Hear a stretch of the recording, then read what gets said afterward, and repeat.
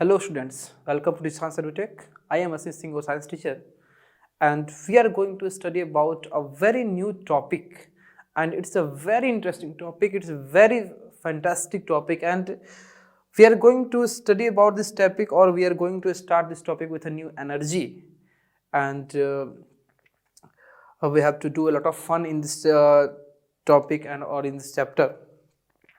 Student, जैसा कि आपको हम बताएं कि ये जो हमारा चैप्टर है बहुत ही बेहतरीन चैप्टर है, बहुत इंटरेस्टिंग चैप्टर है, बहुत मज़े से इसको हम लोग पढ़ने वाले हैं।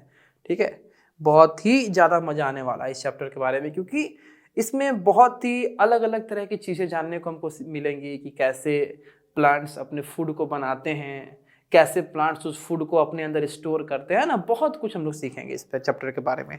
तो 2 मिनट आप हमको ये दीजिए इस बात के लिए कि इस चैप्टर को किस तरीके से हम खत्म करेंगे, इसको थोड़ा सा आपको हम समझा दें।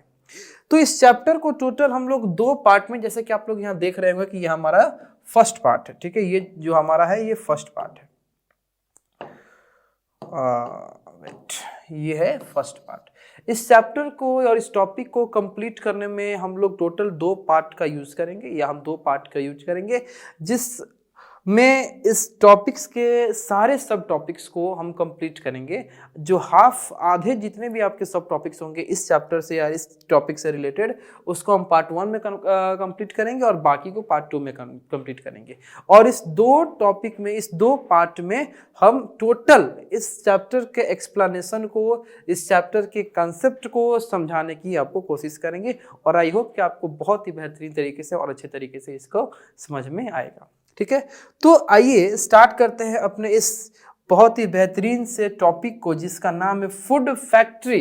अभी तक आप लोग तो किसी सामान का factory, biscuit factory, shampoo factory है ना, आपका नमकीन फैक्ट्री, शू फैक्ट्री, क्लॉथ फैक्ट्री, ये सब चीज़ सुनते हैं। फूड फैक्ट्री क्या होता है? फूड फैक्ट्री क्या होता है? फैक्ट्री तो सब लोग जानते हैं कि फैक्ट्री क्या होता है, यानी जहां भी कोई चीज बन के तैयार होती है उसको हम लोग फैक्ट्री कहते हैं। तो यानी कि जहां फूड बन के तैयार होते हैं, जहां फूड बन के तैयार होते हैं उसको तो हम लोग फैक्ट्री कहते हैं। तो उसको भी हम लोग फैक्ट्री कहेंगे? नहीं सर, जहां फूड बन के तैयार होता है उसको तो हम लोग किचन कहते हैं ना, हमारे घर में तो किचन है, तो कोई दिक्कत नहीं है। जैसा कि आपके घर में किचन है तो आप उस किचन को ही अपने घर का फूड फैक्ट्री कह सकते हो, क्योंकि आपके घर में जो फूड बन के तैयार हो रहा है वो आपके किचन में तैयार हो रहा है। इसी प्रकार प्लांट भी पढ़ाया गया है कि प्लांट लिविंग थिंग्स है, हम भी लिविंग थिंग्स हैं। तो हमको जीवित रहने के लिए, हमको सरवाइव करने के लिए अगर फूड की आवश्यकता है, हम अगर फूड लेते हैं, सुबह नाश्ता करते हैं, दोपहर में हम लोग खाना खाते हैं, रात को हम लोग डिनर करते हैं, और ये सारा काम, नाश्ता, खाना, डिनर, ये सब कुछ हम लोग एक ही पर्पस के लिए करते हैं, ताकि हमारे बॉडी में एनर्जी बना रहे। हम उस एनर्जी से अपने लाइफ का, अपने जीवन का बहुत सारा वर्क कर पाए, मेंटली वर्क हो या फिजिकली वर्क हो, बहुत सारे काम को हम क्या करें, अंजाम दे पाए। इसलिए हम लोग खाना खाते हैं, ताकि हम लोग एनर्जेटिक रहे। तो अगर हम लिविंग थिंग्स हो के हमको एनर्जी की आवश्यकता है, तो उसी प्रकार प्लांट्स भी लिविंग थिंग्स है और प्लांट्स को भी एनर्जी की आवश्यकता है। और उस एनर्जी को फुलफिल करने के लिए, उस एनर्जी के रिक्वायरमेंट्स को कंप्लीट करने के लिए प्लांट्स को भी फूड की आवश्यकता है। तो जिस प्रकार से हमारा फूड फैक्ट्री हमारे घर का किचन होता है, उसी प्रकार से प्लांट्स के पास भी एक फूड फैक्ट्री होता है। प्लांट्स के अंदर भी एक किचन होता है, जहां पे वो लोग खाने का प्रिपरेशन करते हैं। भले उस खाने का रूप, उस खाने का फॉर्म, उस खाने का स्टेट, उस खाने की प्रॉपर्टी हमारे खाने से अलग है, लेकिन फिर भी हमारा खाना हमारे लिए खाना है, तो उनका भी फूड उनके लिए फूड है। वो भी फूड का यूज अपने एनर्जी को ही प्राप्त करने के लिए, अपने एनर्जी को ही गेन करने के लिए करते हैं। तो प्लांट्स के अंदर जहां फूड बनता है, उसी जगह को हम लोग फूड फैक्ट्री कहते हैं, और वो फूड फैक्ट्री को हम लोग किचन भी कहते हैं। और वो जो किचन या फूड फैक्ट्री है वो है प्लांट्स का लीफ, प्लांट्स का लीफ। हायर क्लासेस में जाओगे तो लीफ के अलावा भी बहुत जगह फूड का प्रिपरेशन होता है, जैसे कि स्टेम में होता है, या और भी बहुत सारे पार्ट है जहां फूड का प्रिपरेशन होता है। तो फूड के प्रिपरेशन के लिए जिस चीज का रिक्वायरमेंट है वो है आपके ग्रीन एरिया, यानी कि ऐसी जगह, ऐसे एरिया, ऐसा सरफेस जिसके पास क्लोरोफिल होता हो, है ना। तो अभी तक आप बस ये जानिए कि प्लांट्स के लीफ के अंदर क्लोरोफिल होते हैं, जिसके चलते वो लोग भोजन बनाते हैं, खाना बनाते हैं। तो आइए हम लोग बहुत ही एक फ्रेश एनर्जी के साथ इस चैप्टर को स्टार्ट करते हैं और इस चैप्टर के कंसेप्ट्स को हम लोग देखेंगे और आपको हम बताएंगे कि हम इस फर्स्ट पार्ट में क्या क्या पढ़ने जा रहे हैं। हम लोग इस फर्स्ट पार्ट में क्या क्या पढ़ने जा रहे हैं, ठीक है। तो सबसे पहले समझिए कि इस पूरे पार्ट में, यानी कि दोनों वीडियो मिला के या दोनों पार्ट मिला के हम लोग इस चैप्टर के किस किस टॉपिक्स को टच करने जा रहे हैं। तो सबसे पहले हम लोग पढ़ेंगे, जो कि इसी चैप्टर इसी पार्ट में पढ़ेंगे, फूड का प्रिपरेशन। और आफ्टर प्रिपरेशन वो फूड आपका स्टोर कहाँ होता है, किस फॉर्म में होता है। यानी कि सबसे पहला हम लोग पढ़ने जा रहे हैं प्रिपरेशन के बारे में, कि फूड का प्रिपरेशन जो है वो किस प्रकार से होता है। दूसरा हम लोग समझेंगे कि इस फूड का स्टोरेज किस प्रकार से होता है या किस फॉर्म में होता है, ठीक है। और देन हम लोग पढ़ेंगे इसी पार्ट में पार्ट्स ऑफ लीफ, ठीक है, पार्ट्स ऑफ लीफ। सर वैसे तो प्लांट्स में बहुत सारे पार्ट होते हैं ना, स्टेम होते हैं, ब्रांचेस होते हैं, रूट होता है, लेकिन फिर भी जिस जगह पे फूड की बात हो रही है, जिस जगह पे फूड के प्रिपरेशन की बात हो रही है, जिस जगह पे उस प्रिपेयर किए गए फूड को स्टोर करने की बात हो रही है, तो वहां पे सिर्फ और सिर्फ लीफ की बात क्यों हो रही है, वहां पे स्टेम की बात क्यों नहीं हो रही है, वहां पे रूट की बात क्यों नहीं हो रही है। तो इससे एक ही चीज निकल के सामने आता है कि जहां पे भी प्लांट्स की दुनिया में फूड की बात होगी, चाहे उसको प्रिपेयर करने की, चाहे उसको स्टोर करने की, तो वहां पे आपका निकल के सामने आएगा कौन, लीफ। क्योंकि लीफ ही वो जगह है, लीफ ही वो आपका पार्ट है एक प्लांट का, जिसके अंदर फूड प्रिपेयर भी होता है और जिसके अंदर फूड स्टोर भी होता है, ठीक है।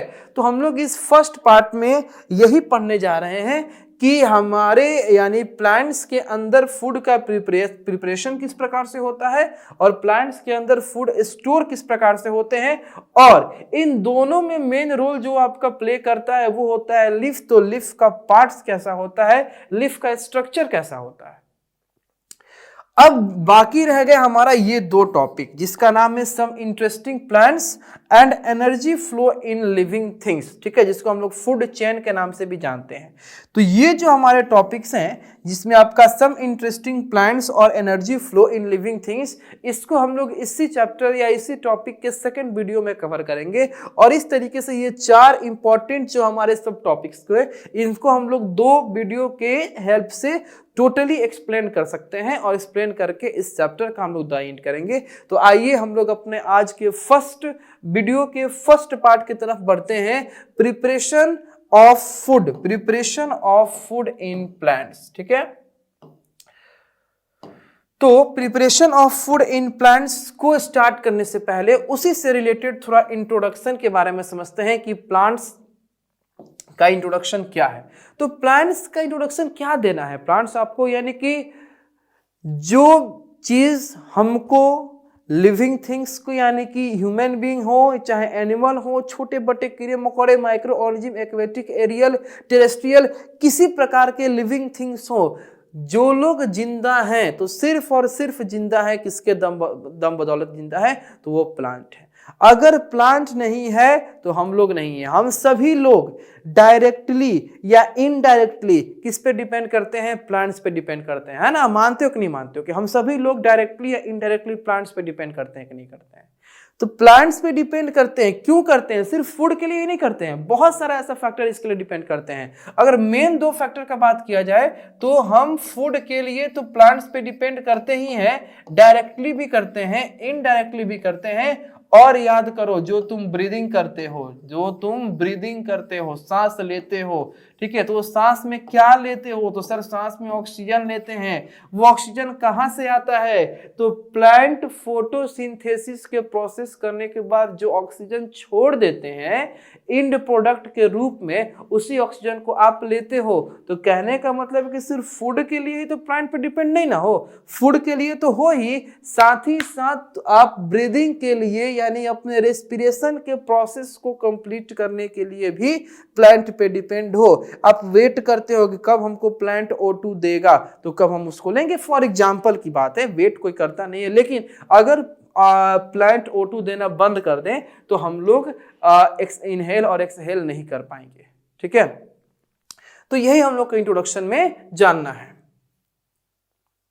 तो आइए थोड़ा कंटेंट को रीड कर लेते हैं। तो plants grow almost everywhere on the earth, without plants life on the earth would not be possible.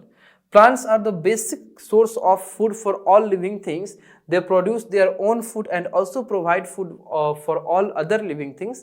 Plants also give out oxygen as byproduct while preparing food during the day, which is required by all things to stay alive. ठीक है, वही चीज है जो कि आपको हम बताएं कि हम सभी लोग डायरेक्टली या इनडायरेक्टली कहीं ना कहीं हम लोग प्लांट पे ही डिपेंड है।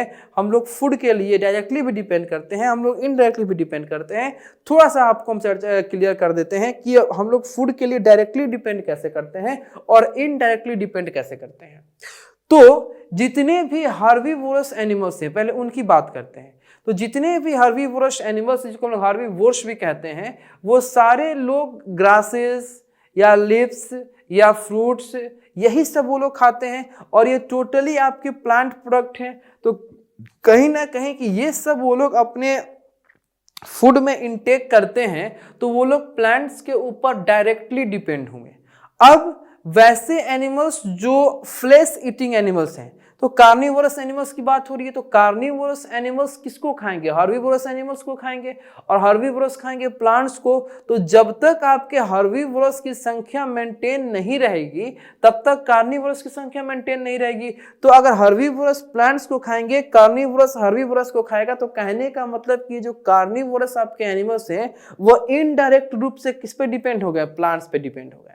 ठीक है, तो ये तो था फूड के लिए। अगर हम ह्यूमन बीइंग का बात करें तो ह्यूमन बीइंग जो सब्जी खाते हैं, जो फल खाते हैं, जो ये हम लोग दाल खाते हैं, जो हम लोग अनाज खाते हैं, जो हम लोग साग खाते हैं, जो मसाले खाते हैं, ये सब कुछ क्या है? ये सब आपका प्लांट प्रोडक्ट है। डायरेक्टली हम लोग प्लांट से इसको लेते हैं। अब हम लोग यानी ह्यूमन बीइंग प्लांट के ऊपर इनडायरेक्टली कैसे डिपेंड है? तो ह्यूमन बीइंग प्लांट के ऊपर आप एनिमल प्रोडक्ट को लेते हो, आप दूध पीते हो, आप दही खाते हो, आप घी खाते हो, बटर खाते हो, है ना, पनीर खाते हो, ये सब मीट खाते हो, फ्लैश मछली खाते हो। तो ये सब क्या है? ये सब प्लांट प्रोडक्ट है। तो हम लोग इस एनिमल प्रोडक्ट है, तो हम लोग एनिमल से ही सारे प्रोडक्ट को अटेंड करते हैं। लेकिन वो एनिमल क्या खाते हैं? तो वो एनिमल प्लांट खाते हैं। तो इस तरीके से हम लोग भी क्या हुए? उस प्लांट के ऊपर इनडायरेक्ट रूप से क्या हो गए? डिपेंड हो गए। ठीक है, तो हम हो यानी ह्यूमन बीइंग हो, एनिमल्स हो, छोटे बड़े कोई जीव जंतु हो, सभी आपके प्लांट के ऊपर डायरेक्ट या इनडायरेक्ट रूप से डिपेंड है। ठीक है, फिर अगर आते हैं हम लोग ब्रीदिंग या रेस्पिरेशन में, तो रेस्पिरेशन के प्रोसेस के लिए भी हम लोग को ऑक्सीजन चाहिए होता है और उसी ऑक्सीजन को हम अपने बॉडी में इनहेल करते हैं और वही ऑक्सीजन जब हमारे बॉडी में जाता है तो डाइजेशन के बाद एनर्जी के फॉर्मेशन में वो वर्क करता है। तो कहीं ना कहीं वो ऑक्सीजन हमारे लिए बहुत इंपॉर्टेंट है, क्योंकि अगर वो ऑक्सीजन हमारे बॉडी के अंदर नहीं आएगा तो हमारे बॉडी के अंदर एनर्जी का फॉर्मेशन नहीं होगा। और तो वो ऑक्सीजन आएगा कहां से? तो जो भी प्लांट्स दिन के टाइम में फोटोसिंथेसिस का प्रोसेस करते हैं और फोटोसिंथेसिस का प्रोसेस को कंप्लीट करने के बाद बाई प्रोडक्ट के रूप में ऑक्सीजन को एक्सक्रेट करते हैं, उसी ऑक्सीजन को हम लोग इनहेल करके और अपने रेस्पिरेशन के प्रोसेस को कंप्लीट करते हैं। तो फूड के लिए भी डिपेंड है और फिर हम लोग रेस्पिरेशन यानी ऑक्सीजन के रिक्वायरमेंट्स को पूरा करने के लिए भी प्लांट्स पे ही डिपेंड है।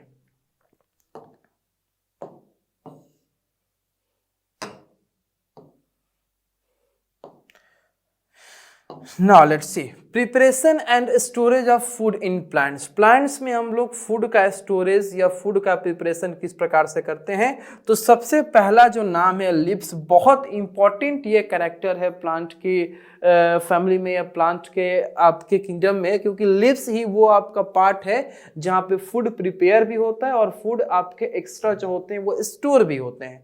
ठीक है, तो कंटेंट से पहले चेक करते हैं कंटेंट में क्या देखना है हम लोग को।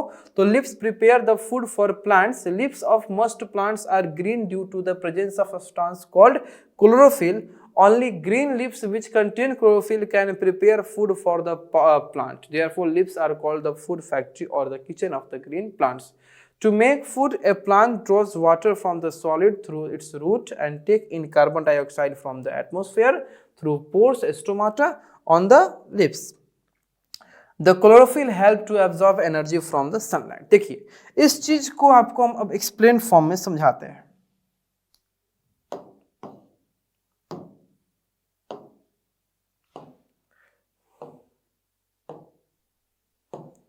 देखिए, सपोज कीजिए कि ये कोई लिप्स है, ये कोई लिप्स है, ये लिप्स है, तो लिप्स के अंदर आपके बहुत सारे पार्ट होते हैं। तो लिप्स के अंदर जो बहुत सारे पार्ट होते हैं, तो लिप्स के अंदर आपकी ग्रीन कलर के पिगमेंट होते हैं। पिगमेंट का मतलब कि ग्रीन कलर आपका पाया जाता है, ठीक है। ग्रीन कलर के क्या होते हैं? पिगमेंट होते हैं। ग्रीन कलर के क्या होते हैं? पिगमेंट होते हैं, ठीक है। और इस ग्रीन कलर के पिगमेंट के ऊपर आपके छोटे छोटे पोर्स होते हैं। तो जो ग्रीन कलर का पिगमेंट है, जो ग्रीन कलर का पिगमेंट है, इस ग्रीन कलर के पिगमेंट को हम लोग बोलते हैं क्लोरोफिल। क्या बोलेंगे? क्लोरोफिल।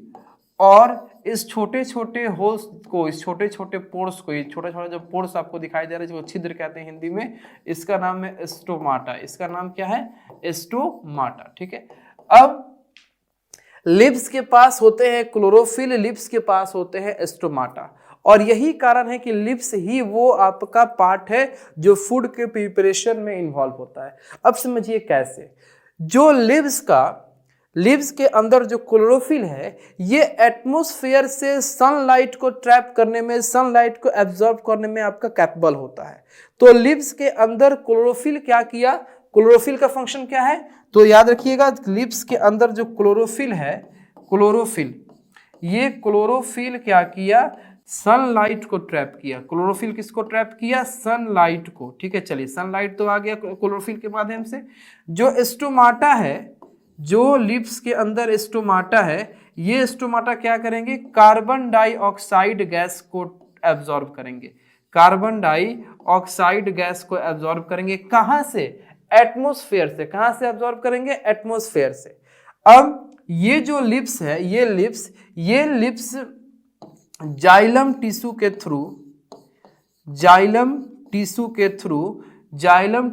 थ्रू इसके अंदर वाटर और मिनरल्स आ जाएंगे। वाटर और मिनरल्स आ जाएंगे। कहां से? रूट से। रूट से कैसे आएंगे? तो रूट जो कि सॉइल में आपका इंबेडेड होता है, तो रूट क्या करेगा? सॉइल से वाटर को क्या करेगा? एब्जॉर्ब करेगा और ऊपर स्टेम को देगा। और स्टेम के अंदर आपके एक स्पेशल टिश्यू होते हैं, एक स्पेशल आपका ट्यूब होता है, जिसको हम क्या कहते हैं? जाइलम ट्यूब कहते हैं। अब ये जाइलम ट्यूब का काम ये है कि उस रूट के द्वारा दिए गए वाटर और मिनरल को लेके और लिप्स तक पहुंचा देना, है ना। तो देखिए, जाइलम के द्वारा वाटर और मिनरल आ गया, स्टोमाटा के द्वारा कार्बन डाइऑक्साइड आ गया, क्लोरोफिल के द्वारा सनलाइट आ गया। तो अब यहां पे सनलाइट भी लीफ में आ गया, ठीक है। कार्बन डाइऑक्साइड भी लीफ में आ गया, ठीक है। और वाटर भी लीफ में आ गया। अब ये तीनों चीज क्या होगा? रॉ मटेरियल का काम करेंगे। सनलाइट भी रॉ मटेरियल का काम करेगा, कार्बन डाइऑक्साइड भी रॉ मटेरियल का काम करेगा, और वाटर भी रॉ मटेरियल का काम करेगा। और ये तीनों मिल के क्या करेंगे? फूड का प्रिपरेशन कर देंगे। और वो जो फूड होगा वो किस फॉर्म में होगा?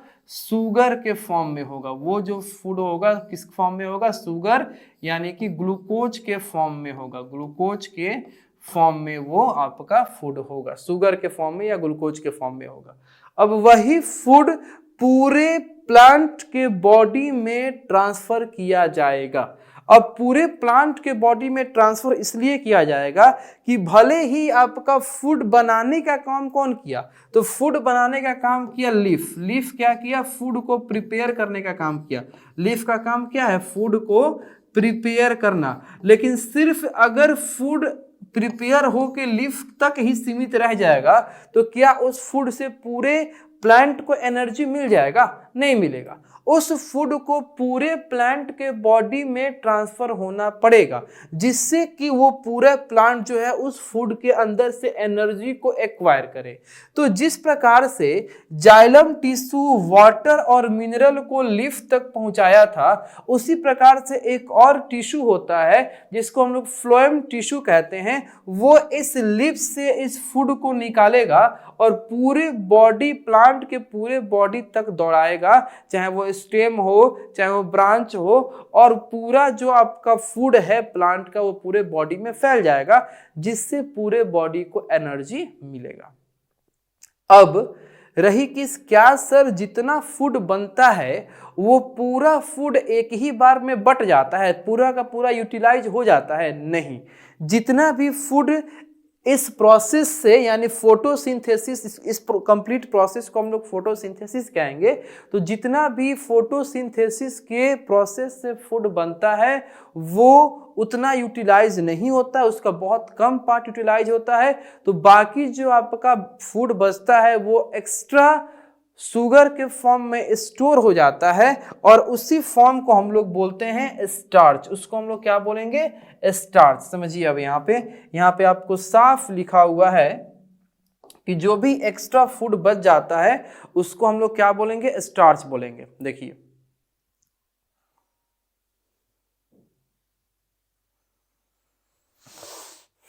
यहाँ पे आपको फोटोसिंथेसिस के बारे में बताया है। Now let's see. The food thus produced is then taken to all parts of the plant. The plant uses this food for growth, यानी कि वो फूड जो आपका पूरे प्लांट के बॉडी में जाता है तो ग्रोथ के लिए यूज होता है, ठीक है। या आपके बहुत सारे ब्रांचेज को, जैसे मान लीजिए कि उस फूड के पहले उसके पास एनर्जी उतना नहीं था जिससे वो ज़्यादा ब्रांचेज को प्रोड्यूस नहीं कर पा रहा था, अब वही फूड जो पूरे प्लांट के बॉडी में ट्रांसफर होगा तो उससे ब्रांचेज निकलेंगे, उससे लिव्स निकलेंगे, उससे फ्लावर्स बनेंगे, फ्रूट्स बनेंगे, ठीक है। या उनका सीड क्या होगा? मैच्योर होगा। और जो एक्स्ट्रा फूड होगा, इसकी चर्चा हम लोग कर रहे थे, जो एक्स्ट्रा फूड होगा वो किस में चेंज होगा? स्टार्च में। कहिए, तो आपको हम पहले बता दिए थे, लेकिन यहाँ पे आपको रिटन फॉर्म में दिखाना था, इसीलिए आपको इस स्लाइड पे लेके आए थे कि जो हमारा एक्स्ट्रा फूड होता है, एक्स्ट्रा फूड, ये एक्स्ट्रा फूड स्टार्च में चेंज होता है, स्टार्च में कन्वर्ट होता है, और स्टार्च में कन्वर्ट होने के बाद, नाम याद रखिएगा स्टार्च, स्टार्च में कन्वर्ट होने के बाद, और ये आपके कहाँ कहाँ पे? तो रूट्स में या लिव्स में या स्टेम में या फ्रूट में स्टोर हो जाते हैं, कि जिस वक्त इनको फोटोसिंथेसिस का प्रोसेस नहीं करना है और उस वक्त भी इनको फूड चाहिए, तो ये इसी एक्स्ट्रा फूड यानी स्टार्च का यूज करते हैं। अब आप लोग समझ गए होंगे कि हम किस वक्त का बात कर रहे हैं। फोटोसिंथेसिस का प्रोसेस वो कौन सा ऐसा टाइम है जिस वक्त नहीं हो सकता, तो ये इसके लिए, इस बात को समझने के लिए आप सीधे गौर कीजिए कहाँ पे? फोटोसिंथेसिस में यूज होने वाले रॉ मटेरियल पे।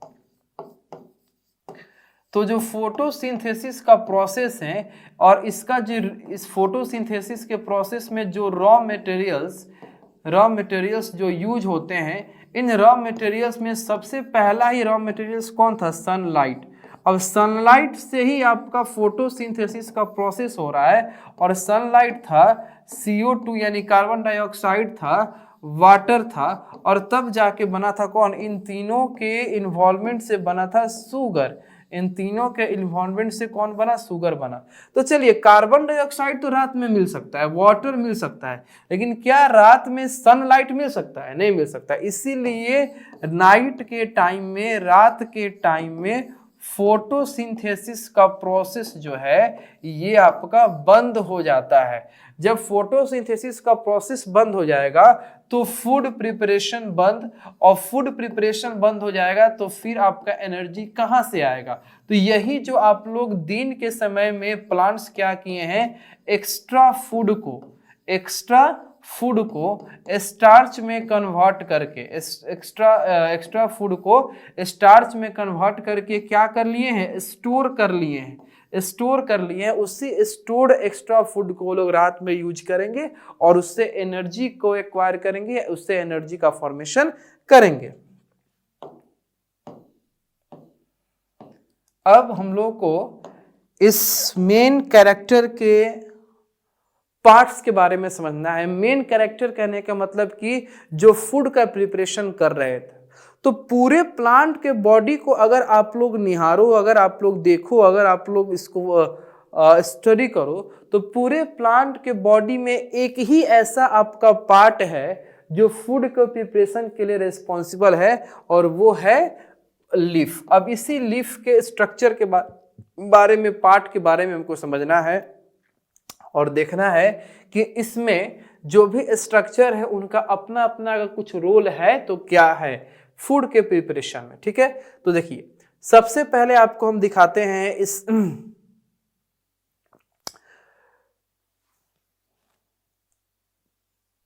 कंटेंट में। पहले आप लोग देखते हैं, चलिए। You will see a flat part called the leaf blade। ठीक है, फ्लैट पार्ट यानी आपका चौड़ा चौड़ा पार्ट। ये देखिए पूरे लीफ में आपको दिखाई देगा ये चौड़ा वाला पार्ट, इसको हम लोग लीफ ब्लेड या इसी को हम लोग लैमिना भी बोलते हैं। क्या बोलते हैं? लैमिना। ठीक है, इसको हम लोग इसको एक्स्ट्रा डायग्राम से आपको हम दिखाने की कोशिश करते हैं।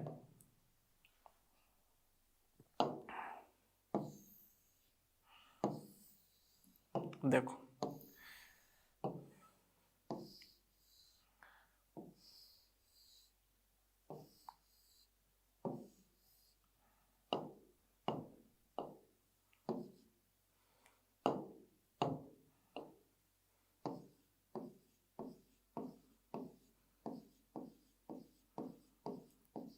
ये क्या है, तो ये आपका छोटा छोटा पोर्स है, ये छोटा छोटा होल है।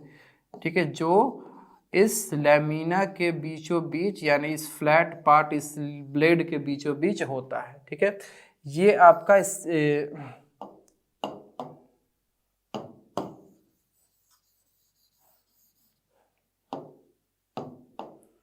ये मान लो कोई ब्रांच है, ये आपका कोई ब्रांच है जिसमें से ये लीफ जो है वो अटैच है, ये लीफ जो है वो अटैच है। ठीक है, अब ये सारे पार्ट्स को आप यही देख लोगे। सबसे पहले इस फ्लैट पार्ट का नाम लेते हैं। ये जो फ्लैट पार्ट है, ये सारे जो फ्लैट पार्ट है, इसी पार्ट को हम लोग क्या बोलते हैं?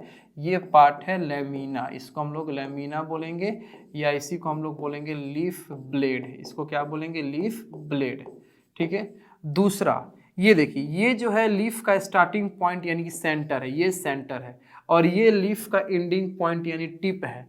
तो सेंटर से लेके टिप तक ये एक मोटा सा आपका वेन, एक थिक वेन जो है आपका गया रहता है, जो एकदम लीफ के सेंटर से होते हुए गया रहता है। और इस थिक वेन को जो कि सेंटर से होके गया रहता है, इसको हम लोग बोलते हैं मिड रिब। इसको हम लोग क्या बोलते हैं? मिड रिब बोलेंगे या मिड वेन बोलेंगे। इसको हम लोग क्या बोलेंगे? Mid when. अब इस मिड वेन के साइड साइड से बहुत सारे आपके छोटे छोटे वेन कनेक्टेड होते हैं। आप देख लीजिए, एक लेफ्ट में, राइट में, लेफ्ट में, राइट में, इन सारे कनेक्टेड वेन को हम लोग बोलते हैं साइड वेन। क्या बोलेंगे? Side when. ठीक है, और ये लीफ का जो बाउंड्री है, ये जो लीफ का बाउंड्री है एक्सटर्नल बाउंड्री, इस एक्सटर्नल बाउंड्री को हम लोग बोलेंगे मार्जिन। क्या बोलेंगे? मार्जिन। ठीक है, अगर आप यहां देखो तो ये है ब्रांच जो इस लीफ को अटैच करके रखा है। गलत चीज, ना ना ना, ब्रांच लीफ को अटैच करके नहीं रखा है। ब्रांच और लीफ के बीच में ये पतला सा एक डंटी टाइप का एक उडी, आपका बहुत ही वीक उडी एक लेयर होता है। आप लोग देखे होंगे, पतला सा आपका एक छोटा सा पतला सा लकड़ी टाइप का होता है, जो लीफ को उसके ब्रांच में अटैच करके रखता है। ठीक है, लीफ को उसके ब्रांच में अटैच करके रखता है, और इस स्ट्रक्चर को, जो ब्रांच को लीफ से अटैच करके या लीफ को ब्रांच से अटैच करके रखता है, इसको हम लोग बोलते हैं पेट्रियोल। क्या बोलेंगे? पेट्रियोल बोलेंगे। इसको हम लोग क्या बोलेंगे? पेट्रियोल बोलेंगे।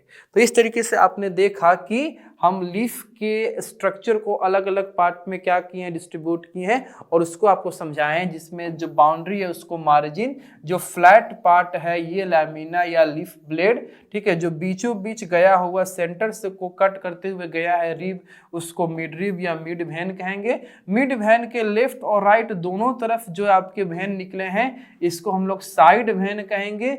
ब्रांच को लीफ को ब्रांच से जोड़ने वाली जो आपके कनेक्ट कनेक्टेड ट्यूब है या कनेक्टेड जो वुड है उसको हम लोग पेट्यूल कहेंगे, और ये आपका ब्रांच है। इस तरीके से ये लीफ का स्ट्रक्चर जो है वो कंप्लीट हुआ, और यही है वो स्टोमाटा। ये जो छोटे छोटे पोर्स है यही वो स्टोमाटा है जो सनलाइट को, ये कार्बन डाइऑक्साइड को ट्रैप करते हैं। और ये जितने भी आपको फ्लैट पार्ट दिखाई दे रहा है इन सब में होता है क्लोरोफिल।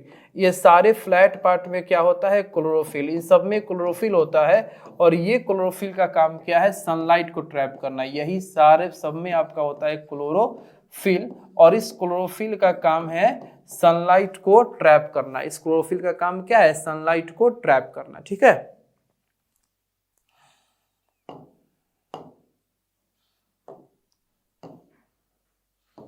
देखिए अब इस स्टोमाटा के डायग्राम को थोड़ा सा आपको डिटेल माइक्रोस्कोपिक फॉर्म में दिखाया गया है।